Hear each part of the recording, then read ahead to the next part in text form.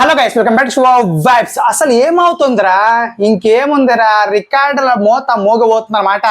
Yes, day 1 record అయితే ఒక range లో సెట్ చేయబోతుంది దేవరా సినిమా అనే దాంట్లో ఎటువంటి సందేహం లేదు భయ్య. ఇందులో నాకు కొన్ని డౌట్స్ ఉన్నాయి, అసలు ఎలా రికార్డ్ కొడుతుందా లేదా అని. బట్ ఇప్పుడు మాత్రం ఆల్ టైమ్ రికార్డ్ కొట్టిన అసలు ఆశ్చర్యపోనక్కర్లే. ఎందుకురా అంటే తెలంగాణలో అన్ని టికెట్ సేల్స్ అన్ని ఓకే, ఒక్క మాదిరిగా బాగానే ఇచ్చారు అండ్ షోస్ కూడా పర్మిషన్స్ బాగానే ఇచ్చారు. బట్ మన ఆంధ్రలో ఏపీలో మాత్రం ఇంకా మంజూరు అయితే కాలేదు, బట్ నిన్ననే మంజూరు అయ్యాయి.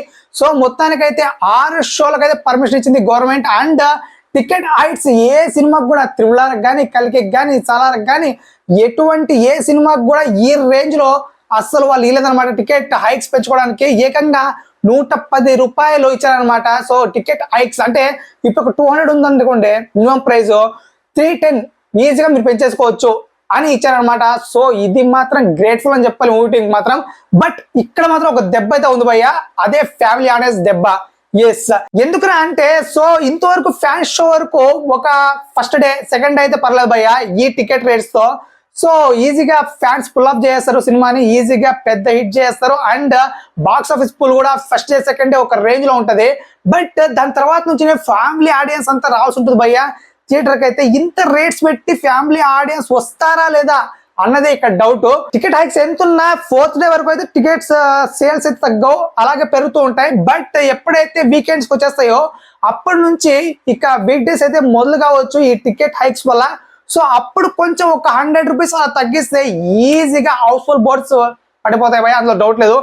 ఒకవేళ సినిమా మాత్రం బీభత్స అయిన హిట్ టాక్ పడితే మాత్రం ఇంకా టికెట్స్ గురించి ఎవరు చూడరు, ఇక ఆగ మేఘాల కింద ఇక వెళ్ళిపోతూనే ఉంటది. వారం రోజులు కూడా ఇక ఫ్యాన్స్ యాడ్ ఇచ్చేస్తారు సినిమాని అయితే.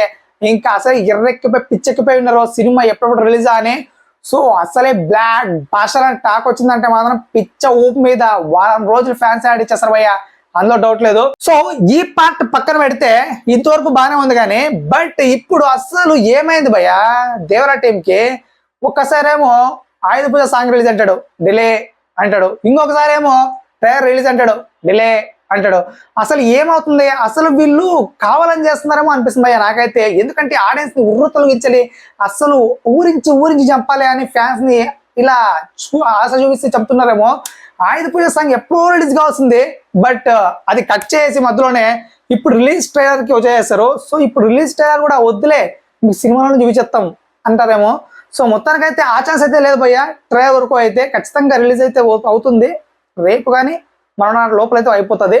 ఇంకా రేపు కూడా అవసరం లేదు, ఈ రోజే ప్రీలీజ్ ఈవెంట్లు అవ్వచ్చు, చూద్దాం.